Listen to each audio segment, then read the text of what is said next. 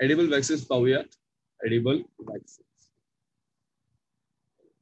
Edible म्हणजे that can be eaten.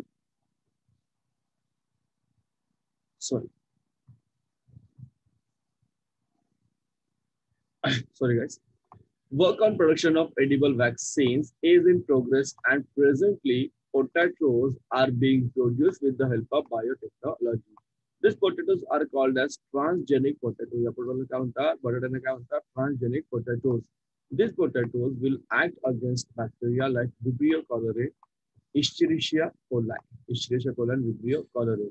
Vibrio कॉलरामुळे आपल्याला काय होतं? कॉलरा होतो, लक्षात घ्या. आणि इस्चेरिशिया कोलामुळे सुद्धा अनेकशे पाण्यामुळे पाण्यात प्रेझेंट असतात, अनेकशे आपल्याला आजार होऊ शकतो.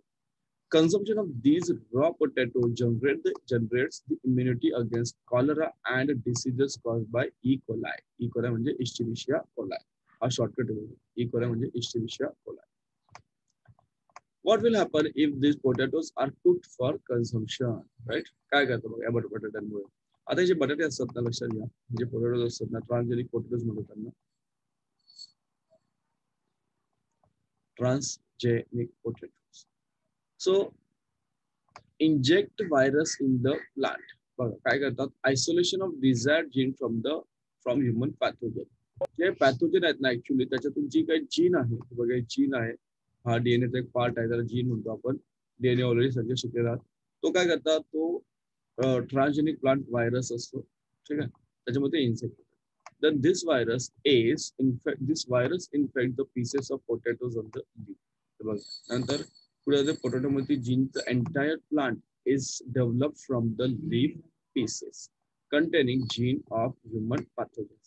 आणि शेवटी तुम्हाला जे बटाटे मिळतात, these potatoes are transgenic potatoes containing what? Okay. Consumption of raw potatoes help to develop immunity against that pathogen. आता हे पोटॅटो कसे खायचे असतात तुम्हाला? रॉ म्हणजे कसे? कच्चे खायचे असतात. रॉ म्हणजे काय? कच्चे तुम्हाला खायचे असतात. येस.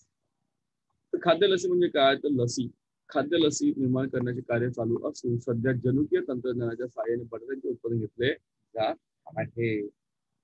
काय घेतात? कोणतं उत्पादन घेतात? बटाट्याचं उत्पादन घेतलं जात आहे. या बटाट्यांना जनुकीय रेषित बटाटे म्हणजे ट्रान्सजेनिक पोटॅटोज असे म्हणतात. हे बटाटे विब्रियो कॉलरे आणि इस्चेरिशिया कोलाई यांसारखे जनुकीच्या विरुद्ध काम करतील. हे बटाटे खाल्ल्यामुळे काम करतील म्हणजे अजून या लसी आपल्याकडे उपलब्ध व्हायच्या आहेत, अजून निर्माण झालेल्या नाहीत, अवेलेबल नाहीत. हे बटाटे खाल्ल्यामुळे काय होतं? कॉलरा किंवा ई कोलाई जीवाणूमुळे होणाऱ्या रोगाविरुद्ध प्रतिकार शक्ती निर्माण होते. असे जनुकीय पारेषित बटाटे शिजून खाल्ले तर काय होईल? शिजून खाल्ले तर काय होईल हा प्रश्न विचारलेला आहे, त्याचं उत्तर मी तुम्हाला सांगतो. लक्ष द्या. काय करतात? तर जे काही रोग जंतू आहेत, कोणते? बघा, मनुष्य प्राण्यात आढळणाऱ्या रोग जंतूपासून इच्छित जनुक वेगळा करणे. इच्छित जनुक तुम्हाला वेगळा करायचा आहे. डीएनए मधला हा एक पार्ट आहे, त्याला आपण जीन म्हणतो. राईट. केल्यानंतर काय करतात? ही वनस्पती विषाणूमध्ये तो जीन तुम्हाला जनुकीमध्ये इन्सर्ट करायचं, घालायचा. जनुकीय पारेषित वनस्पती विषाणू हा काय करायचा? बटाट्याच्या पानांच्या तुकड्यांना विषाणू काय करतो? संसर्ग करतो. पानांच्या तुकड्यातून तो कुठे जातो? संपूर्ण रोपामध्ये ते जनुक जात असतं. रोगजंतू जनुक आहे. आणि मग कच्च्या बटाट्याचे जर तुम्ही सेवन केलं तर या रोगजंतूंविरुद्ध प्रतिक्षमता निर्माण होते. काय होते? प्रतिक्षमता निर्माण होत असते. हे आहे जनुकीय पारेषित बटाटे, एडिबल वॅक्सिनचा एक प्रकार. त्यानंतर तुम्हाला दिलं ट्रीटमेंट मध्ये सुद्धा बायोटेक्नॉलॉजीचा यूज आहे बघा, ट्रीटमेंट मध्ये सुद्धा. So biotechnology is useful for production of hormones like insulin, somatotropin, blood clotting factors. Insulin, somatotropin and blood clotting factor मध्ये याचा उपयोग होतो.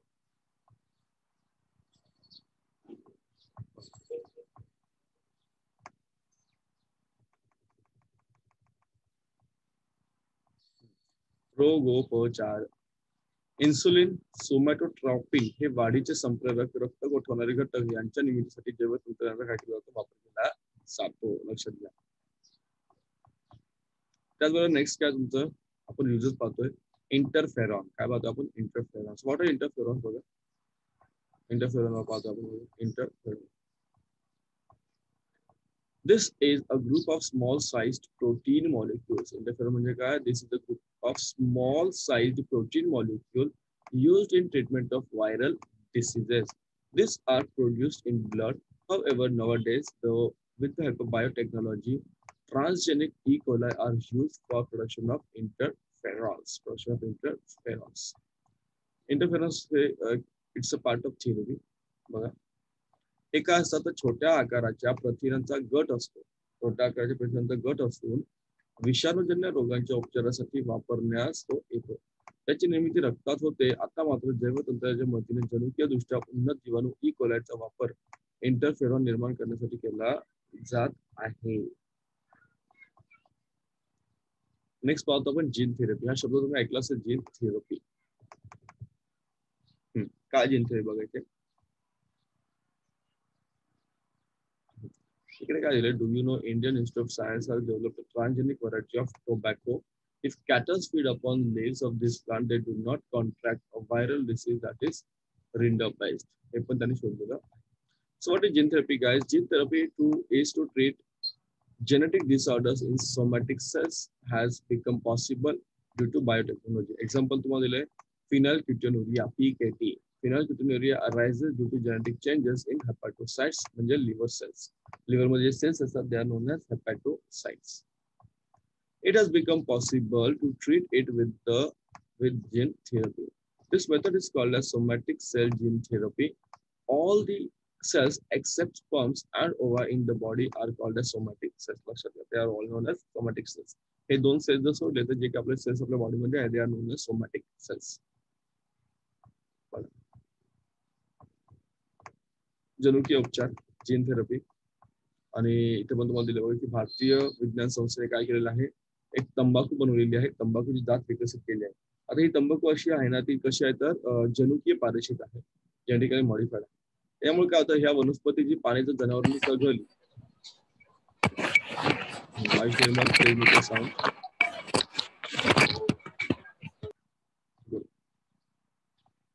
तर चघळल्यावर काय होतं, जनावरांना रिंडरपेस्ट हा जो विशिष्ट असा त्वचाचा रोग आहे तो होत नाही. किती सोपं आहे बघा ना.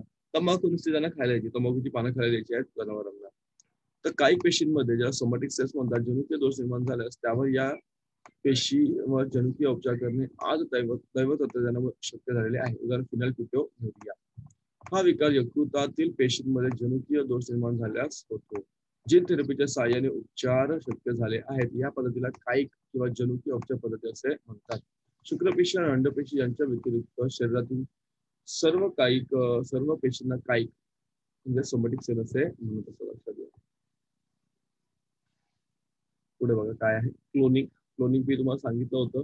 लेट्स सी अजून काही गोष्टी जास्त शिकतो क्लोनिंग बद्दल. क्लोनिंग म्हणजे काय, तर production of replica of any cell or organ or entire organism is called cloning. समजा तुमचा एक सेल आहे, या सेल सारखाच दुसरा सेल बनवणं, और सपोज हा तुमचा एक ऑर्गॅन आहे, त्या ऑर्गॅन सारखा दुसरा ऑर्गॅन बनवणं, किंवा suppose this is your whole body guys, तर तुमच्या पूर्ण बॉडी सारखी नवीन एक बॉडी तयार करणं, एंटायर ऑर्गॅनिझम तयार करण्याला होतं क्लोनिंग, कारण त्याला cloning. There are two types of cloning guys. Reproductive cloning, a clone can be produced by fusion of a nucleus of somatic cell with the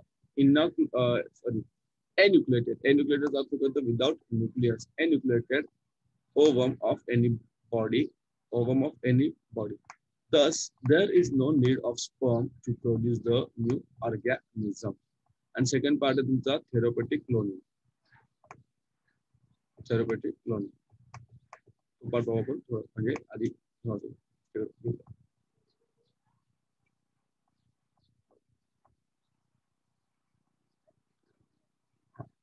cloning सर्वांना माहित आहे. क्लोनिंग म्हणजे काय करतो आपण, तर क्लोनिंग म्हणजे काय, तर एखादी पेशी किंवा अवयव किंवा संपूर्ण शरीराची हुबेहूब प्रतिकृती तयार करणे. लक्षात घ्या, एक तर तुम्ही पेशी पुन्हा तयार करू शकता, किंवा अवयव तयार करू शकता, किंवा संपूर्ण शरीराची हुबेहूब प्रतिकृती या ठिकाणी तयार करता येऊ शकते. प्रजननात्मक म्हणजे रिप्रोडक्टिव्ह क्लोनिंग म्हणजे काय, तर एखाद्या शरीरातील केंद्रक विरहित स्त्री बीज दुसऱ्या शरीरातील काही पेशीचे केंद्रक यांच्या संयोगाने काय केलं जातं, तर क्लोन जन्मतो. म्हणजे नव्या जीवाच्या निर्मितीसाठी नराच्या शुक्राणूची गरज या ठिकाणी नसते. दुसरं आपण पाहणार आहोत बघा, माणसाचा एक आपल्याकडे एक प्रोजेक्ट आहे, त्याला ह्युमन जिनोम प्रोजेक्ट म्हणतात, मानवी जिनोम प्रकल्प, ह्युमन जिनोम प्रोजेक्ट.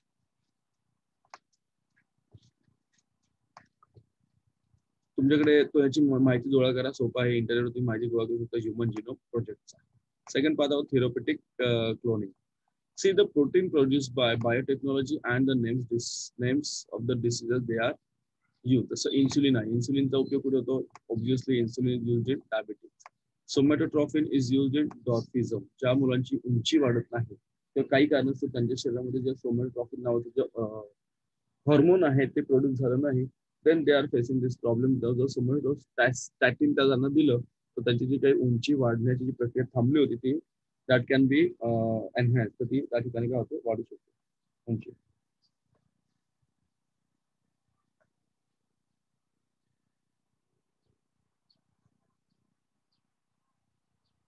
हा, एरिथ्रोपोएटिन अनेमिया. बरोबर, अनेमिया काय तुम्ही काल सांगितलं? Anaemia is the lack of haemoglobin in blood, right? Hemoglobin in blood. Hemoglobin is present in the RBC, and RBC are cells without nucleus. ठीक है. Then next is the factor 8. Factor 8 is used in hemophilia. What is hemophilia? I told you yesterday. And then interleukin, cancer and interferon, so the viral infection मध्ये त्याचा वापर.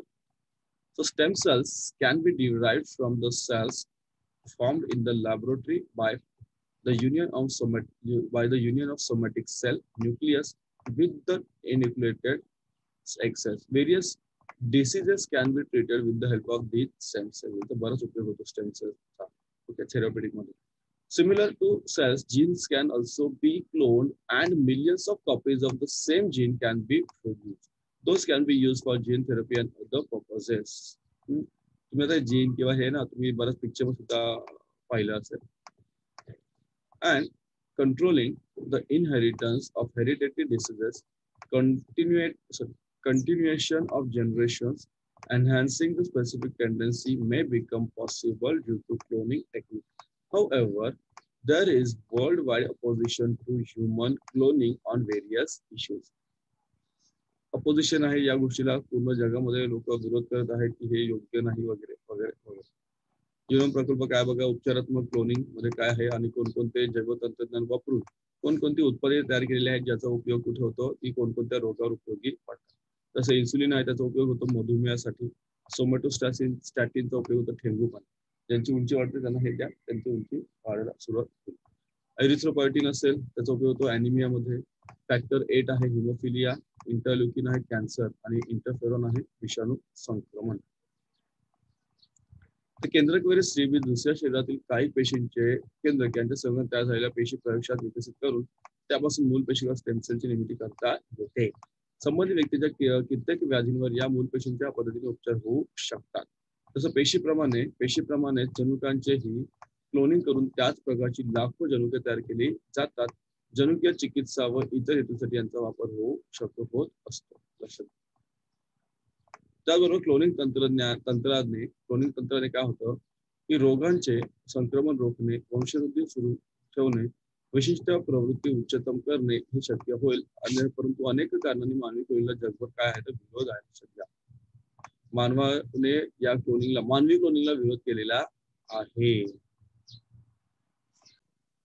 So we need to go to the history. We need to go into the history, peeking into the history. तुम्हाला इतिहासामध्ये बघायचं आहे. What can we see guys here? A ship. एक ship होती, मेंढी होती. It was named Dolly. So ship Dolly was born in Scotland by cloning technique on 5th of July 1996. Nucleus from the udder cell of ship of twin Dorset variety had been introduced into enucleated ovum of Scottish ship. Then the ovum was allowed to develop in the uterus of Scottish ship, and thereby the Dolly has been born. Dolly is the first clone ship. It was showing the characters of the chromosomes in nucleus, and other characters of Scottish ship was not visible. Next, we are going to learn about industrial products like biotechnology. Various industrial chemicals can be produced through less expensive processes. That's the alcohol production from sugar, molasses with the help of transgenic yeast. Transgenic yeast. Yes, तुम्हाला इथे जर डोका तुम्ही गेला तर तुम्हाला या ठिकाणी कळेल की 5 जुलै 1996 रोजी स्कॉटलंड येथे क्लोनिंग पद्धतीने निर्मिलेली डॉली ही मेंढी जन्मली. कोणती? डॉली. त्याचं सगळ्यात पहिलं अॅनिमल म्हणूया आपण त्याला, सगळ्यात पहिला animal,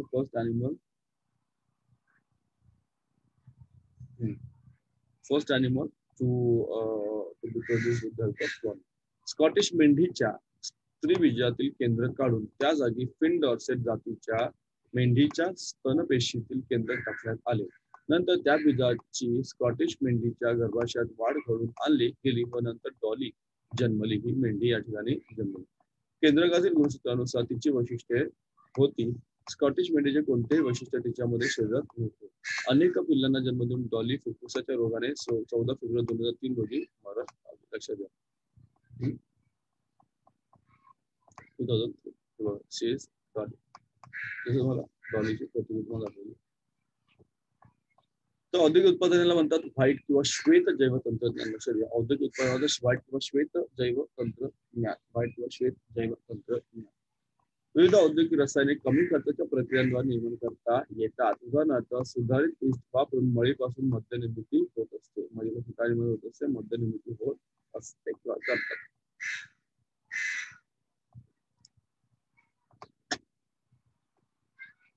Yes. Environment and biotechnology.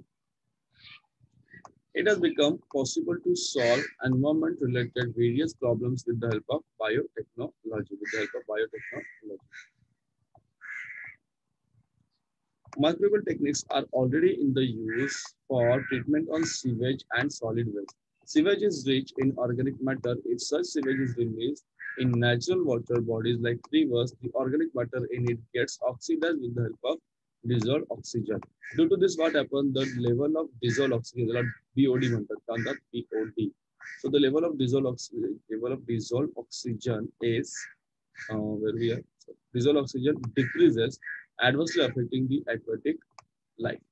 As a remedy on this, sewage should be released into rivers only after oxidation with the help of microbial technique. So microbes are useful on large scale with while production of compost by treatment on solid organic waste material, bioremediation, biopesticide, biofertilizer, biosensors. These are some new concepts in biotechnological method. Biotechnological concept या ठिकाणी आपल्याला पर्यावरण आणि जैव तंत्रज्ञान. आधुनिक तंत्रज्ञानाचा वापर करून आधुनिक तंत्रज्ञानाचा वापर जैव तंत्रज्ञान वापरून पर्यावरण विषयक बरेचसे प्रश्न सोडवता येतात किंवा शक्य झालेल्या विघटनाच्या माध्यमातून जे काही टाकाऊ सांडपाणी आहे किंवा घनकचऱ्यावर प्रक्रिया करण्यासाठी सूक्ष्म जैव तंत्रज्ञानाचा वापर आधीपासूनच केला जात आहे, हे आपण पाहिलेलं आहे. सांडपाण्यामध्ये खूप सेंद्रिय द्रव्य असते. असे सांडपाणी नद्यांसारख्या नैसर्गिक जलस्रोतांमध्ये सोडल्यास सेंद्रिय द्रव्याचे ऑक्सिडीकरण घडून येते. त्याद्वारे नदीच्या पाण्यातील विद्राव्य ऑक्सिजन वापरले गेल्याने तो कमी होतो. त्याचा प्रतिकूल परिणाम पाण्यातील जीवसृष्टीवर होत असतो. कारण नदीमध्ये जे काही ओडी आहे, डिझॉल्व्ड ऑक्सिजन असतो तो कमी होऊन जातो. त्याच्यामुळे या उपाय म्हणून काय तर सूक्ष्म जैव तंत्रज्ञानाच्या साहाय्याने काय करतात, सांडपाण्यातील सेंद्रिय द्रव्याचे आधीच ऑक्सिडीकरण करून अनेक प्रक्रिया केलेले सांडपाणी नद्यांमध्ये सोडले पाहिजे. घन सेंद्रिय टाकाऊ पदार्थांवर कंपोस्ट खत तयार करताना मोठ्या प्रमाणात सूक्ष्मजीवांचा वापर केला जातो. दुसरं, नवीन जैव तंत्रज्ञान पद्धतीमध्ये जैव उपाययोजना, बायोरेमिडिएशन किंवा जैव कीटकनाशके, जैव खते, जैव संवर्धके यांचा समावेश होत असतो. लक्षात घ्या. खूप मोठा व्यापक पसर आहे हा. तुम्ही जर मोठे व्हाल आणि तुम्हाला आवड असेल तुम्ही त्याच्यामध्ये करिअर करू शकता. खूप मोठा व्यापक हा पसार आपल्याला पाहायला मिळतो. Bioremediation म्हणजे काय? So bioremediation means either absorption or destruction of toxic chemicals and harmful pollutants with the help of plants and microorganisms. If plants are used for this purpose, it is called as phytoremediation. Some examples of bioremediation are as follows. कोणकोणते bioremediation example? First बघा, The Pseudomonas bacteria, कोणते bacteria? Pseudomonas नावाचे bacteria are useful for cleaning the hydrocarbon and oil pollutants from soil and water. We have already seen this. The fern Pteris vittata, P silent, Pteris vittata can absorb the arsenic from the soil. Third, genetically modified varieties of Indian mustard can absorb selenium from the soil. Then sunflower can absorb uranium and arsenic. Bacterium that is Deinococcus or Deinococcus radiodurans is highly radiation resistant organism. It has been genetically modified and used to absorb the radiation from radioactive debris. Then grasses like alfalfa, clover and rye are used in the phytoremediation. इकडे वापरतात phytoremediation मध्ये यांचा वापर होतो. लक्षात काय बघा परत पुढे बघूया. आपण सायमल्टेनियसली अभ्यास घेतो कारण ती काळाची सध्या आपल्याला गरज आहे. सेपरेट वेगळे अभ्यास केले फार कठीण होतं. पण असू द्या काही प्रॉब्लेम नाहीये. We are giving justice to the subject. दोन बद्दल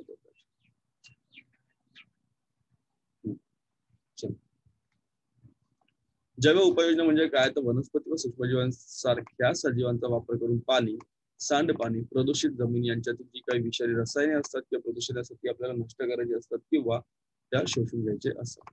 यासाठी काही उदाहरण आहे. यासाठी जर आपण वनस्पतींचा वापर केला त्याला फायटो रेमिडिएशन म्हणतात. फायटो म्हणजे वनस्पती काय फायटो रेमेडिएशन. Phyto remediation. ठीक आहे.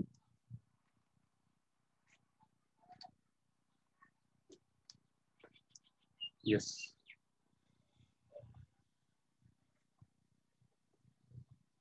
एक्झाम्पल काय उदाहरण सुडोमोनास हे जीवाणू काय करतात प्रदूषित पाणी असेल किंवा जमीन असेल यातील हायड्रोकार्बन आणि तेल यासाठी प्रदूषक वेगळे करण्यासाठी याचा उपयोग करतात. टेरिस वेटाटा तुम्हाला सांगितलं पी सायलेंट आहे. टेरिस वेटाटा हे नेचे वनस्पतीतील वनस्पती जमिनीतून आर्सेनिक शोधून काढतो. भारतातील जनुकीय दृष्ट्या उन्नत मोहरीची एक जी जात आहे सेलेनियम खनिज मोठ्या प्रमाणात शोषून घेते. सूर्यफूल हे सुद्धा युरेनियम आणि आर्सेनिक शोषून घेऊ शकते. त्याचबरोबर पुढे डेनोकोकस रेडिओड्युरान्स हे जे काही जीवाणू असतात ते सर्वाधिक किरणोत्सार प्रतिकारक जीव आहे. त्याच्यात जनुकीय बदल करण्यात आले असून अणुकचऱ्यातील किरणोत्सार शोषून घेण्यासाठी यांचा वापर केला जातो. अल्फाल्फा गवत आणि तीन पाती गवत राय यांसारख्या गवताच्या प्रकारांचा उपयोग वनस्पतीद्वारा उपाययोजना साधण्यासाठी करत असतात. लक्षात ठेवा. बरोबर. आणि दोन गोष्टी झाल्या त्या घेऊया आणि मग आपण याच ठिकाणी हा सेशन थांबूया. Yes. Food technology. Please mute the sound. Nirmal.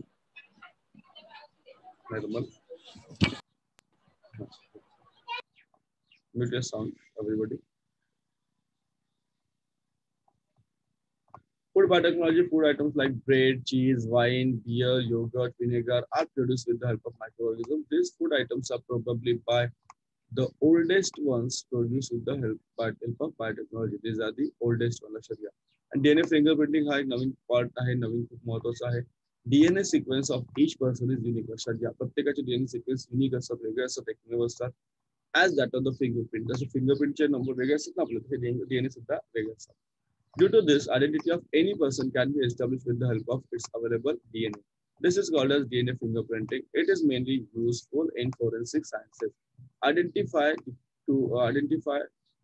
of the criminal can be established with the help of any part of its body found at the site of crime.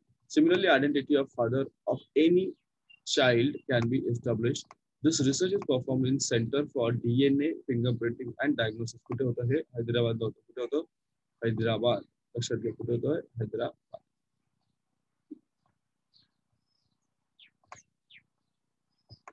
अन्न जैव तंत्रज्ञान काय बघा तर पाव असेल, चीज असेल, मद्य असेल, बियर असेल, दही असेल, विनेगर असेल, या सर्व अन्न पदार्थांची निर्मिती सूक्ष्मजीवांच्या मदतीने केली जाते.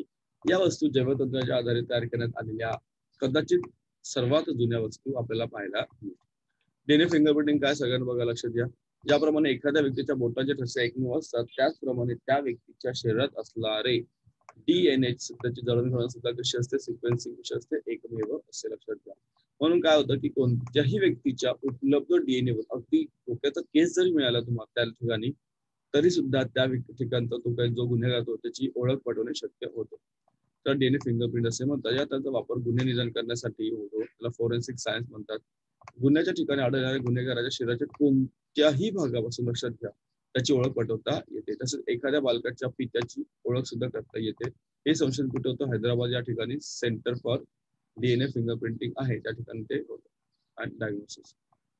चला समुद्री तेलगळतीवर काय आहे बघा, पुढे हे पाहूया आणि थांबूया. Cleaning of oil spillage in ocean. If oil spillage, आता समुद्रामध्ये तेलगळती हा प्रकार होत असतो कधीतरी, it adversely affect the marine life. Now cleaning the ocean without any harm to environment is cheaper. Why? Cheaper way has become possible with the help of oil digesting and fast multiplying bacteria. Indian-born American citizen and scientist Dr. Anand Mohan Chakravarti had for the first time suggested the use of such microbes. Naturally, the credit for this discovery goes to him. त्याने असं शोधून काढलं आणि काय केलं मग oil spillage that can be clean. Oil spillage can be clean. त्याला म्हणतात समुद्र जलावरची तेलगळती होते त्याचा तेलगळतीची स्वच्छता या ठिकाणी त्यांनी केलेली आहे. तेलाच्या टँकरमध्ये गळती झाल्यास सागरी जीवसृष्टीचा विपरीत परिणाम होतो. आता भराभर वाढ होणारे तैलजन्य पदार्थ पचविणारे जीवाणू वापरून अत्यंत स्वस्त दरात या पर्यावरणाला बाधा न होऊ देता समुद्राची स्वच्छता राखणे शक्य झालेलं आहे. लक्षात घ्या. आता जे जन्माने भारतीय असले परंतु अमेरिकन नागरिक कोण वैज्ञानिक आहेत आनंद मोहन चक्रवर्ती यांनी अशा जीवाणूंचा शोध लावला आणि त्यांना त्याचे श्रेय जातं. म्हणजे काय करतात थोडक्यात काय ते ऑइल वगैरे सगळे खाऊन घेतात.